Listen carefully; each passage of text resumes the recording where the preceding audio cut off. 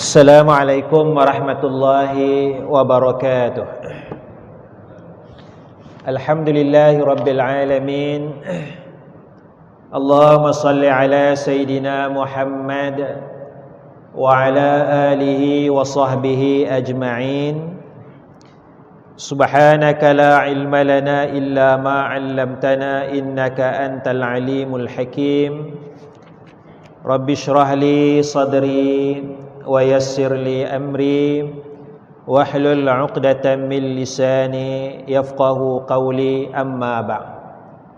Yang dihormati Tuan Imam, Tuan Bilal, jawatan kuasa masjid, sidang jemaah, moga-moga kita dirahmati Allah Subhanahu wa taala.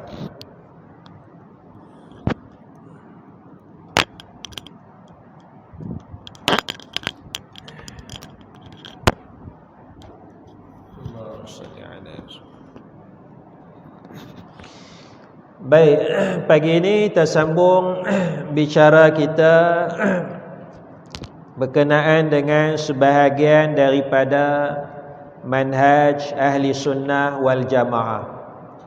Jadi bulan 10 tahun sudah kita berhenti pada halaman 20-21, iaitu bagaimana tafsiran tafsiran di kalangan ulama-ulama ahli sunnah wal jamaah terhadap beberapa nas Al-Quran dan hadis-hadis Rasulullah sallallahu alaihi wasallam yang dikategorikan sebagai nas mutasyabihat, nas yang kesamaran. Jadi dalam Al-Quranul Karim dia ada dua nas. Satu nasnya disebut sebagai nas yang muhkamat. Satu nas disebut sebagai muhkamat, jelas maksud dia, tidak ada perbezaan yang besar di kalangan para ulama. Manakala satu lagi nas disebut sebagai nas mutasyabihat, nas yang kesamaran, nas yang tidak berapa jelas maksudnya, kerana kalau benda tu disebut secara zahir, dia menimbulkan suatu tanggapan yang tidak baik terhadap Allah Subhanahu wa taala. Jadi nas mutasyabihat ni dia berkait dengan sifat-sifat Allah Subhanahu wa taala, Jadi sebab itu para ulama berbeza pandangan dalam nak mentafsirkan sebahagian daripada nas-nas mutasyabihat ini. Tetapi tuan-tuan, sebelum kita masuk kepada tafsiran ini, saya suka membahagikan perkara ini kepada dua peringkat ataupun tiga peringkat. Dalam kita berinteraksi dengan nas mutasyabihat ini ada dua peringkat ataupun tiga peringkat. Peringkat yang pertamanya ialah beriman terhadap nas-nas mutasyabihat. Semua ulama beriman kepada nas Al-Quran. Dan semua ulama beriman bahawa ini adalah riwayat-riwayat hadis Rasulullah sallallahu alaihi wasallam. Jadi bila sebut kata Ar-Rahman 'alal 'arsy istawa, Tuhan Ar-Rahman istawa di atas aras, semua ulama beriman terhadap ayat ini. Tidak ada orang yang menafikan, tidak ada yang menafikan ayat ni, tidak ada yang kata Allah tidak istawa. Semua akan kata Allah istawa di atas arasy. Ini peringkat yang pertama, iaitulah beriman terhadap ayat Al-Quran dan juga hadis-hadis Rasulullah sallallahu alaihi wasallam. Jadi kalau baca ayat istawa, Allah istawalah, Allah istawa, Allah beriman, Allah istawa di atas arasy. Jadi kalau baca ayat Allah Subhanahu wa taala, baca hadis yanzilu rabbuna, Tuhan kita turun pada tiap-tiap malam ke langit dunia. Hadis sahih. Hadis sahih. Tuhan kita Allah yanzilu, turun ke langit dunia kulla lailatin, pada tiap-tiap malam, hina yabqa sulusul lailil akhir, ketika berbaki 1/3 malam yang akhir. Semua beriman terhadap hadis ni, kerana hadis ni adalah hadis yang sahih. Jadi peringkat yang pertama beriman. Peringkat yang pertama beriman, ya. Manakala peringkat yang kedua, peringkat yang kedua ialah peringkat mentafsirkan, menghuraikan apakah maksud ayat tersebut. Jadi kalau kata Allah istawa atas arash, Ar-Rahman 'alal 'arsy istawa, beriman. Tapi apakah maksud istawa tu? Apakah maksud istawa itu? Maka di sinilah ada pelbagai tafsiran. Maka sebahagian golongan mereka tidak membahagikan kepada dua peringkat ini. Maka mereka melihat orang yang mentafsirkan perkataan istawa itu sebagai menafikan ayat Al-Quranul Karim. Ada golongan yang berfikiran sebegitu, ya. Jadi bila ulama mentafsirkan istawa dengan makna yang tak sama dengan pandangan mereka, mereka kata tidak beriman kepada nas Al-Quranul Karim. Bukan tidak beriman. Peringkat yang pertama semua beriman. Ini adalah nas Al-Quranul Karim. Ini adalah nas hadis Rasulullah SAW. Tapi apakah makna yang sesuai? Apakah makna yang sesuai terhadap ayat tersebut, terhadap hadis-hadis tersebut? Ini peringkat yang kedua. Di sinilah terdapat perbezaan di kalangan para ulama dalam nak menghuraikan maksud sesuatu ayat ataupun sesuatu hadis Rasulullah SAW. Sebab kalau kita tidak huraikan, kalau ulama-ulama tidak huraikan, dia akan menimbulkan tanggapan-tanggapan, persepsi yang salah, kerana dia berkait dengan sifat-sifat Allah Subhanahu wa taala. Contohnya tuan-tuan, kita nak, kalau kita tak huraikan, kita baca dalam Al-Quran, Allahu yastahzi'u bihim wa yamudduhum fi tughyanihim ya'mahun. Allahu yastahzi'u. Apa makna Allahu yastahzi'u? Allahu yastahzi'u. Tahzi'u ni makna Allah perolok-olokkan. Allah memperolok-olokkan mereka. Olok-olokkan orang ni elok ke tak elok? Elok ke tak elok? Duk pelekeh orang, duk olok-olok orang, elok ke tak elok? Tak elok kan? Kalau kita kata orang tu dia memperolok-olokkan, memperolok-olokkan seseorang, itu sifat yang tak elok. Tapi sifat memperolokkan ini ada dalam Al-Quran. Allah memperolok-olokkan mereka. Jadi kalau kita tidak hurai dengan cara yang baik, orang akan salah tanggap kepada Allah Subhanahu wa taala. Allah pun ada perangai tak elok juga, memperolokkan. Tapi peringkat pertama beriman tak? Beriman. Ini nas Al-Quran. Innama nahnu mustahzi'un Allahu yastahzi'u bihim. Mereka kata kami memperolok-olokkan, Allah memperolok-olokkan mereka. Beriman, ayat ni ayat Quran. Tapi apa maksud Allah memperolokkan? Terjemahan kita lah. Apa maksud yastahzi'u tu? Di sinilah ulama-ulama cuba menghuraikan maksud tu. Ini peringkat yang kedua. Jadi ada ulama yang tidak menghuraikan. Allah dan ulama yang tidak menguraikan. Allah macam itulah. Tak ada hurai lah. Dia pegang kepada zahir. Dia pegang kepada zahir. Cuma bila pegang kepada zahir tu bimbanglah. Bimbang masyarakat hari ini dengan akal fikiran yang terbuka dan sebagainya, akan membuat tanggapan yang salah terhadap Allah Subhanahu wa taala. Itu satu contoh, kalau kita tidak huraikan. Yang kedua, contohnya Allah Subhanahu wa taala sebut wa makaru wa makarallah wallahu khairul makirin. Wa makaru, mereka tipu, buat tipu daya, buat tipu hela. Mereka orang munafik, orang kafir buat tipu daya. Wa makarallah, dan Allah pun membuat tipu daya. Allah membuat tipu daya. Makara, buat tipu daya. Siapa buat? Allah buat tipu daya. Wallahu khairul makirin, Allah lah sebaik-baik penipu daya. Elok tak kita terjemah macam tu? Boleh tak? Boleh. Ya, jadi kita pun kata sebenarnya Allah Ta'ala ni mempunyai sifat menipu. Boleh tak? Boleh nampak? Jadi Allah mempunyai sifat penipu. Allah sebaik-baik penipu adalah Allah Ta'ala. Boleh kita nak i'tiqad macam tu? Kita beriman ni ayat Quran. Ni beriman ayat Quran. Tak ada masalah. Ni ayat Quran. Tapi apakah maksud Allah Ta'ala menipu daya ni? Ni takkan kita nak sebut Allah Ta'ala macam kita sebut Allah Ta'ala Maha Pemberi rezeki, Allah Ta'ala Maha Rahman, Maha Pengasih, Allah Ta'ala Maha Penyayang. Takkan kita nak kata Allah Ta'ala pun sebaik-baik penipu.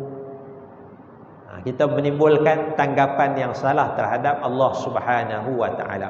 Tapi ada ulama dia pegang dengan zahir, ialah sifat yang layak bagi Allah lah. Macam mana Allah Ta'ala nak menipu, dia kurang itulah maksudnya. Sifat lain yang layak, bagi penipuan yang layak bagi Allah Subhanahu wa Ta'ala.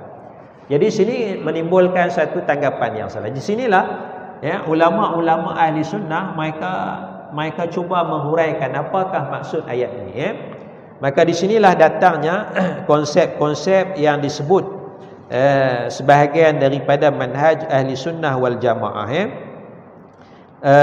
Jadi ada tafsiran, ada yang isbat.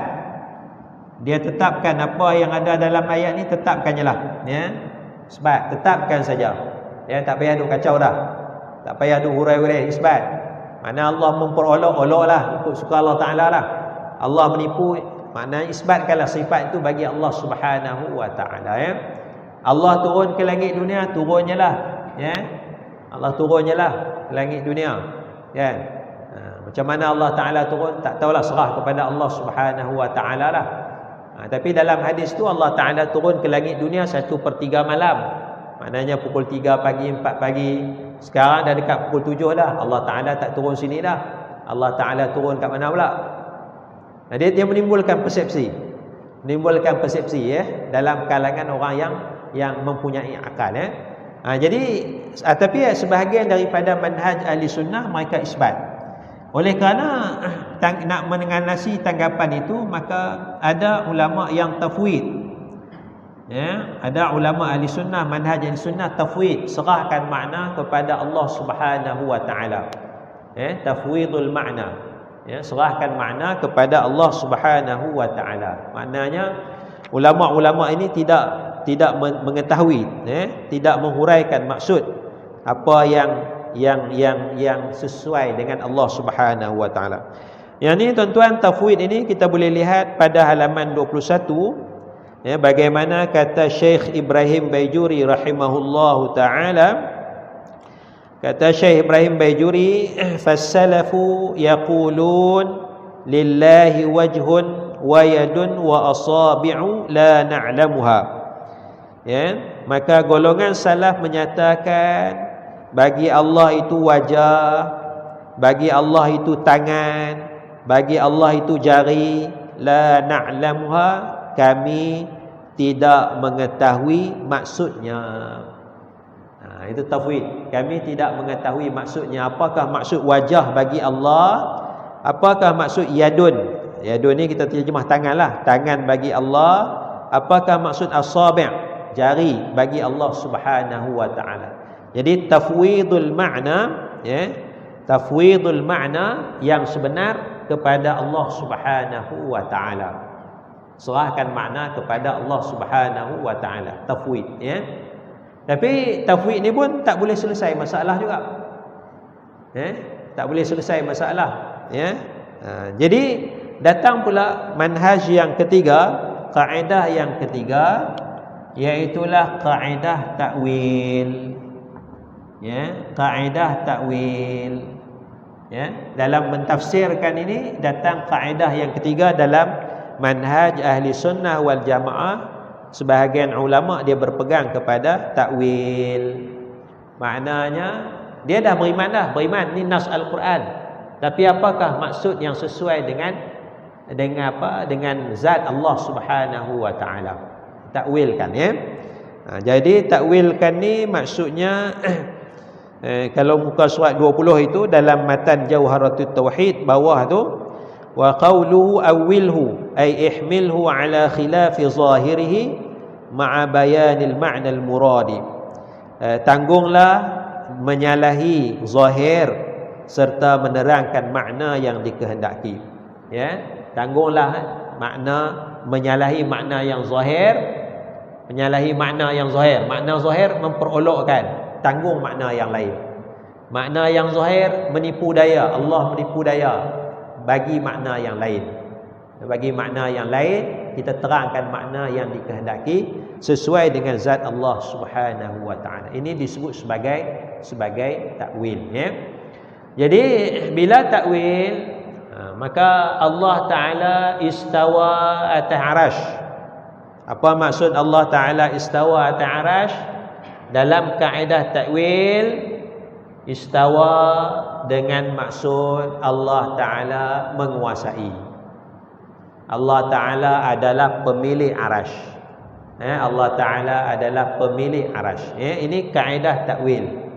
Sebagaimana dalam satu ayat disebut tentang laqad ja'akum rasulun min anfusikum azizun 'alaihi ma 'anittum harisun 'alaikum bil mu'minina raufur rahim fa in tawallaw faqul hasbiyallahu la ilaha illahu 'alaihi tawakkaltu wa huwa rabbul 'arsyil 'azim. Dan dia, yakni Allah, adalah pemilik kepada arasy yang agung. Allah adalah pemilik arasy yang agung. Rabbul 'Arsh, Rabb adalah pemilik. Allah memiliki arasy yang agung. Arasy itu agung. Azim ni adalah sifat bagi arasy. Azim ni sifat bagi arasy sebab dia baca bagi bawah. Wa huwa Rabbul 'Arsyil 'Azimi. Arsy azimi baca bagi bawah majrur. Jadi azim ni merujuk kepada arasy, bukan merujuk kepada Allah Subhanahu wa taala.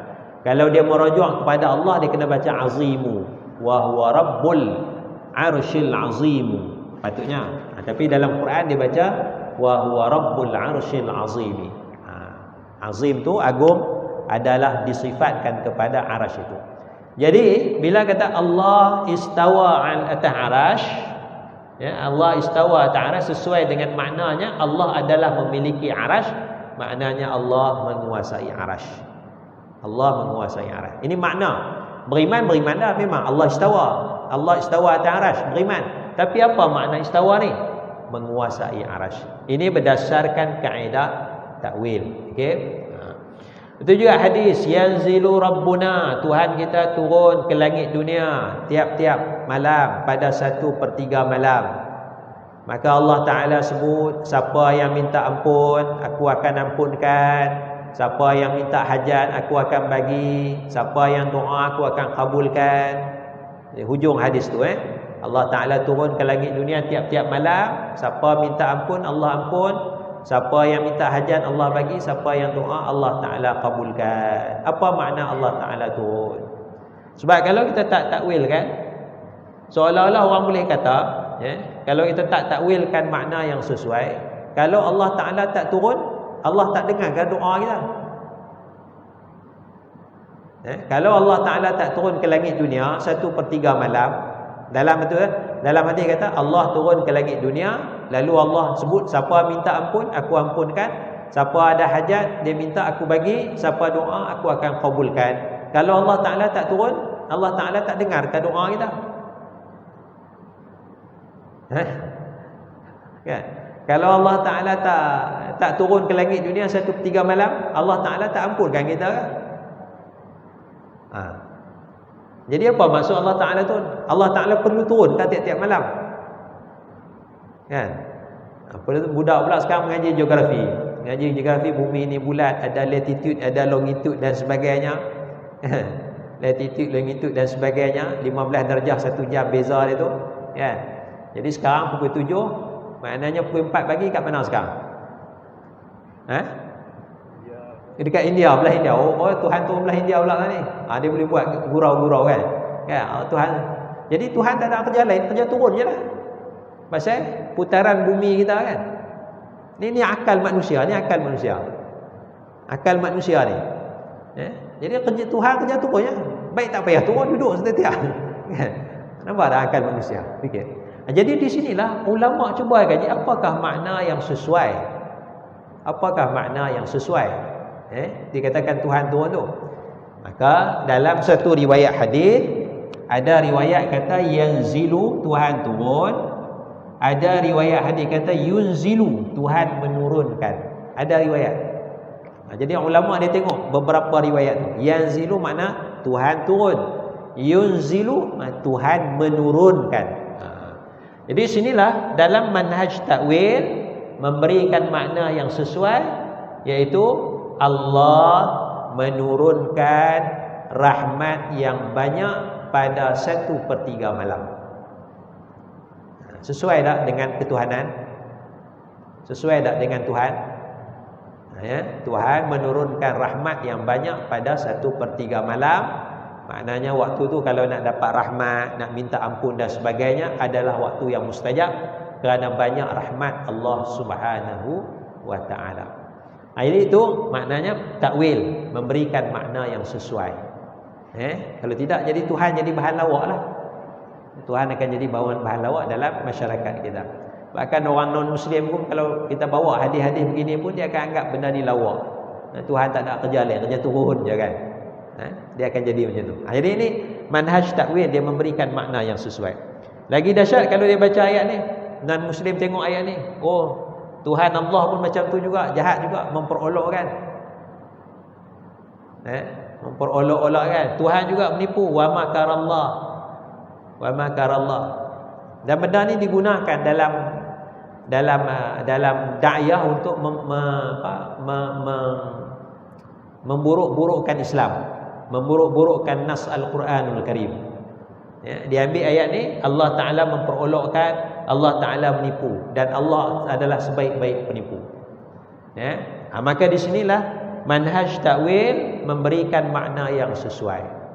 Memberikan makna yang sesuai, iaitu ayat ni bukan maksud Allah Ta'ala memperolok-olokkan, tetapi Allah Ta'ala membalas perbuatan jahat mereka. Allah Ta'ala membalas perbuatan jahat mereka. Makna sebelum tu disebut innama nahnu mustahzi'un. Orang munafik menyatakan kami main-main je. Kami main-main, memperolok-olokkan. Allahu yastahzi. Allah akan balas olok-olok mereka. Allah akan balas perbuatan jahat mereka.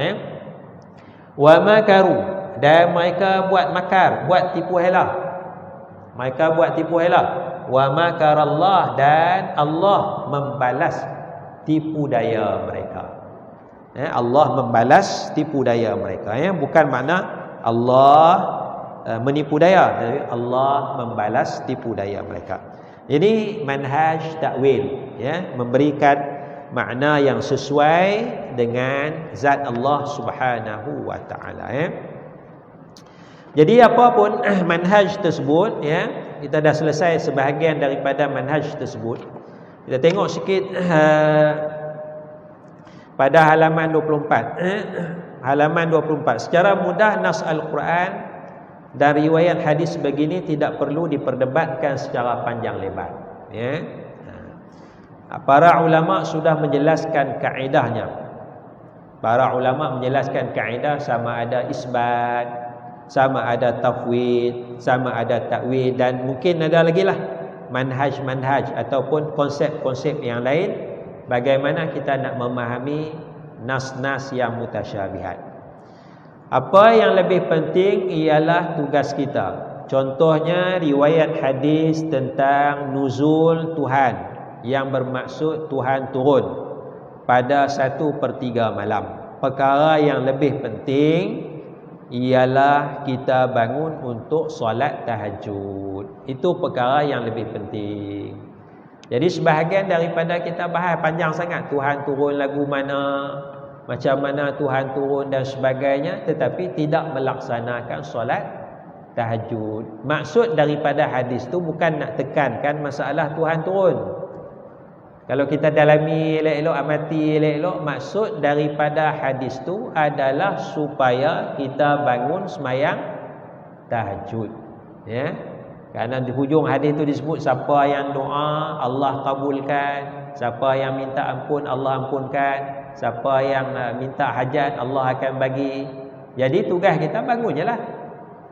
Tugas kita bangunlah pada 1/3 malam, pukul 4 pagi, 5 pagi sebelum subuh tu bangun sembahyang tahajud, sembahyang hajat, sembahyang witir dan sebagainya, istighfar, wa hum bil asharihum wa bil asharihum yastaghfirun, dan pada waktu sahur mereka minta ampun.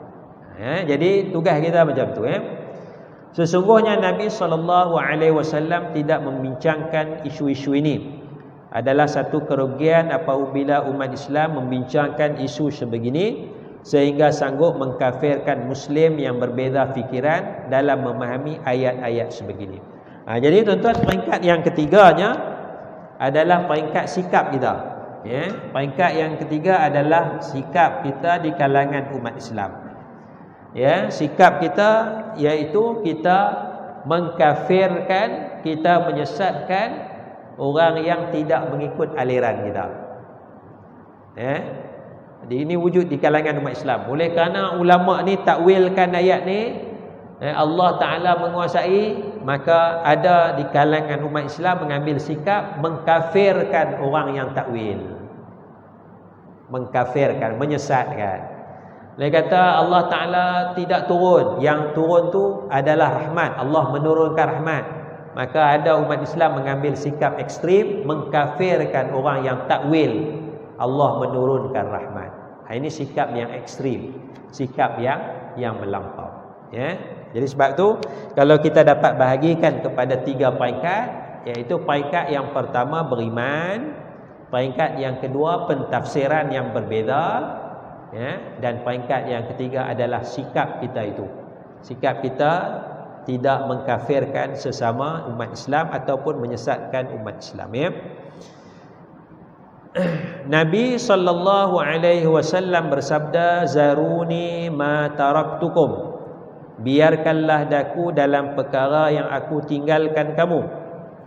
Fa innama halaka man kana qablakum bi kasrati su'alihim wa ikhtilafihim ala anbiya'ihim. Hanya sesungguhnya rosak umat sebelum kamu bikasrati su'alihim, dengan sebab banyak persoalan mereka, wa ikhtilafihim ala anbiya'ihim, dan juga banyaknya perselisihan mereka terhadap para nabi mereka. Banyak tanya nabi, tanya rasul, tapi tidak mau ikut ajaran nabi, tidak mau ikut ajaran rasul mereka. Ini antara sebab kemusnahan. Jadi Nabi SAW menyatakan, fa idza nahaitukum an syai'in, apabila aku suruh kamu apabila aku larang kamu daripada satu perkara, fajtanibuh, maka hendaklah kamu jauhi. Apa yang Nabi larang, abaikan, tinggalkan. Wa idza amartukum bi amrin, apabila aku suruh kamu dengan satu arahan, fa'tu minhu mastata'tum, maka lakukanlah ia mastata'tum, sekadar kemampuan kamu. Jadi prinsip yang diajar oleh Nabi mudah je. Apa yang Nabi larang, tinggalkan. Apa yang Nabi suruh, kita lakukan sekadar kemampuan. Jadi bila kita faham manhaj ni, bagaimana ulama-ulama berinteraksi, dan kita betulkan sikap kita, iaitu sikap menerima sedikit sebanyak perbezaan, dan kesemua ulama tu beriman terhadap nas-nas Al-Quranul Karim. Jadi cara mudahnya, kalau orang tu dah iman kuat apa semua, kita kata mudah je. Allah Ta'ala, mana kita baca tangan Allah cukuplah, tak payah hurairah. Tak payah hurairah. Tapi kalau dia tanya tangan Allah ni ada berapa jari? Allah Ta'ala potong kuku seminggu sekali ke? Dia tanya macam-macam itu, pening kepala. Situ kita kena takwil lah. Tangan Allah ni maksud kudrat Allah Subhanahu Wa Ta'ala. Supaya dia tak bayangkan benda-benda yang tidak sepatutnya. Sebab kita tak boleh menghalang pemikiran dia. Dia nak fikir benda-benda yang sebegitu. Dan bila dia fikir benda tu benda yang tak sepatutnya bagi Allah Subhanahu Wa Ta'ala. Jadi bila kita berhadapan orang yang sebegini, anak muda contohnya, anak cucu kita, maka ulama mempunyai beberapa kaedah. Kaedah isbat pun boleh, kaedah tafwid pun boleh, kaedah lagi imrar. Lalukanlah ayat tu, tak payah bincang banyak, lalukanlah, sudahlah, imrar. Dan kalau tak berjalan juga, dia nak fikir juga, maka ada satu lagi kaedah, iaitu takwil. Takwil, tafsirkan makna yang sesuai dengan kebesaran dan keagungan Allah Subhanahu Wa Ta'ala, ya. Jadi itu antara beberapa kaedah dalam kita berinteraksi dengan nas mutasyabihat, ya. Baik, kita berhenti setakat tu, nanti kita akan sambung pada halaman 24. Wallahu a'la wa a'lamu bis-shawab. Subhanakallahumma bihamdik, asyhadu an la ilaha illa anta, astaghfiruka wa atubu ilaik. Assalamualaikum warahmatullahi wabarakatuh.